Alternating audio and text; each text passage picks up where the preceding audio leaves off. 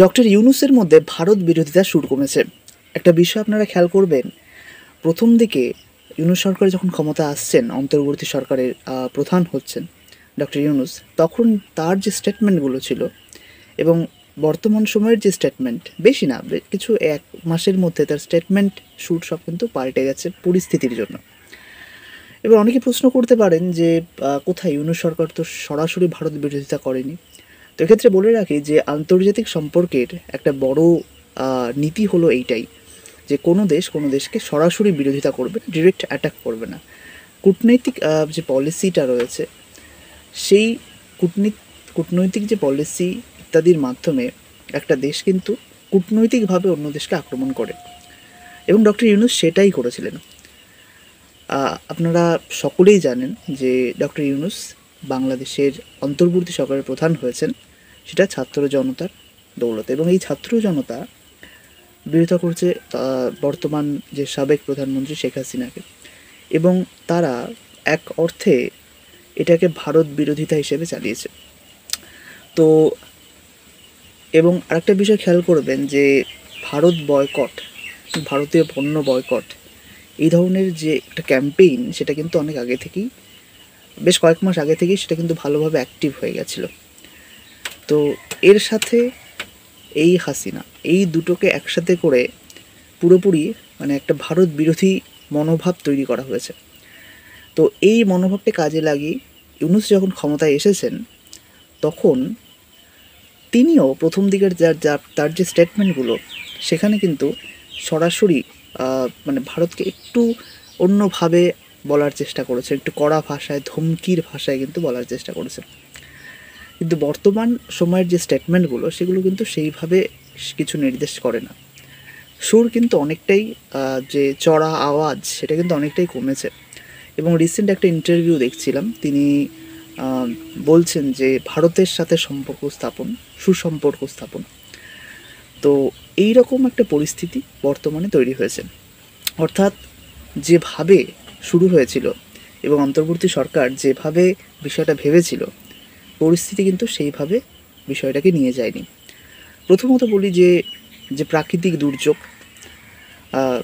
যে হয়েছিল, এবং সেই দুর্যোগ কিন্তু প্রচুর ক্ষতি করেছে, এবং এই ক্ষেত্রেও কিন্তু সেই ভারত বিরোধিতার একটা বিষয় চলেছিল। ভারত নাকি আপনার বাঁধ থেকে জল ছেড়ে দিয়েছে, ইত্যাদি ইত্যাদি। এবং এটা মানে পুরোপুরি সবাই জানে যে আমাদের যে উত্তর পূর্বাঞ্চলের যে স্টেটগুলি, সেই সব স্টেটে কিন্তু প্রচুর বৃষ্টি হয়েছে, এবং সেই সব স্টেটেও কিন্তু প্রচুর বন্যা হয়েছে। এবং সাধারণভাবে যে জল উপর থেকে নিচে যায়, সেই সূত্রে কিন্তু নিচের দিকের অর্থাৎ বাংলাদেশ, তার উপর দিয়ে জলটা কিন্তু সাগরে গেছে। তো সেই সূত্রে কিন্তু বন্যাটা চলে এসছে। তো এদের এবং এরা ভাবছে যে জল ড্যাম থেকে জল ছেড়ে দেওয়ার জন্যই এটা এসছে, একটা কৃত্রিম বন্যার কথা বলছে, কিন্তু আসলে এটা কিন্তু একটা প্রাকৃতিক বন্যা ছিল। তো এই একটা পরিস্থিতি যেটা তৈরি হয়েছিল, যেটা দারুণভাবে ক্ষতিগ্রস্ত করেছে।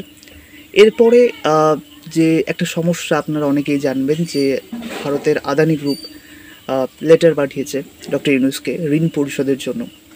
রাশিয়া চাপ দিচ্ছে ঋণ পরিশোধের জন্য, সুদের টাকা দেওয়ার জন্য। অস্ট্রেলিয়ার তরফ থেকেও যে সাম্প্রদায়িক সমস্যা তৈরি হচ্ছে, সেই নিয়েও কিন্তু কথা বলা হয়েছে। তো এই রকম সমস্ত পরিস্থিতিতে ডক্টর ইউনূস দেখছেন এখন আর ভারত বিরোধিতার সুর তার মানে কণ্ঠে এনে লাভ নেই, মানে সেটা তার ক্ষতিই করছে।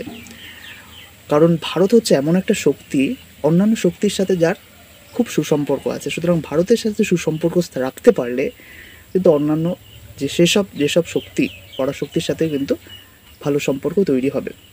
তো এটা কিন্তু তিনি ভালোই বুঝতে পেরেছেন। সেই জন্য দেখবেন বর্তমানে যে স্টেটমেন্টগুলো, সেগুলোর মধ্যে কিন্তু বিরোধিতা খুব নম্র সুরে ভারতকে বলা হচ্ছে, ইত্যাদি ইত্যাদি। আরও একটা বিষয় আপনারা জানেন, যে ইলিশের যে বিষয়টা, সেটা কিন্তু পুরোপুরি রপ্তানি বন্ধ করে দেওয়া হয়েছে। তো বলা হচ্ছে যে দেশের মানুষ যাতে ইলিশ পেতে পারে, খেতে পারে, ইত্যাদির জন্য। তো আদৌ তো সেই পরিস্থিতি দেশে হয়েছে কিনা সেই নিয়ে প্রশ্ন রয়েছে, কারণ বাংলাদেশি বেশ কিছু মিডিয়াতে দেখা যাচ্ছে যে ইলিশের দাম কিন্তু সেভাবে কমেনি। কিছুটা ইলিশ কিন্তু এদেশে এপার বাংলাকেও কিন্তু দেওয়া যেত, কারণ এই রকম একটা এমার্জেন্সি জরুরি পরিস্থিতিতেও কিন্তু ভারত বিভিন্ন পণ্য সামগ্রী বাংলাদেশকে দিচ্ছে। আজ তাক বাংলার একটা প্রতিবেদন জাস্ট দুদিন আগেই দেখলাম, সেখানে বলা হচ্ছে যে যে ট্রেন মারফত, আমরা জানি যে ট্রেন পরিষেবা তো এখন বন্ধ রয়েছে, কিন্তু এই ট্রেন পরিষেবা কিন্তু চলছে। তো এই ট্রেন পরিষেবার মধ্যে এই ট্রেনের মাধ্যমে কিন্তু বিভিন্ন মালপত্র, বিভিন্ন দ্রব্য সামগ্রী কিন্তু বাংলাদেশে পাঠানো হচ্ছে। তো আজ তাক বাংলা সেই প্রতিবেদন আপনারাও ইউটিউবে সার্চ করলে দেখতে পারবেন। তো সেখান থেকেই মানে বিষয়টা আমি জানতে পারলাম যে মূলত 40,000 টন সামগ্রী কিন্তু এই গত 2-3 সপ্তাহের মধ্যে পাঠানো হয়ে গেছে অলরেডি। বিভিন্ন জিনিস রয়েছে, কৃষির ক্ষেত্রে উন্নতির জন্য সেখানে কিন্তু জিনিস রয়েছে, আরও বিভিন্ন দ্রব্যাদি রয়েছে। তো মানে বিরোধিতার কিন্তু ভারত কিন্তু বিরোধিতা করেনি। সহযোগিতার নীতি সে আগেও, সহযোগিতার নীতি কিন্তু সে আগেও নিয়েছিল, এখনও নিচ্ছে এরকম পরিস্থিতিতেও। তো সেটাই আর কি। তো দৃষ্টিভঙ্গির একটা পরিবর্তন করা উচিত, এটুকুই বলবো। তাহলেই কিন্তু উভয় দেশের মধ্যে সুসম্পর্ক ভালো হবে। তো আজকের প্রতিবেদন এখানেই রাখছি, অন্য একটা ভিডিওতে অবশ্যই দেখা হবে।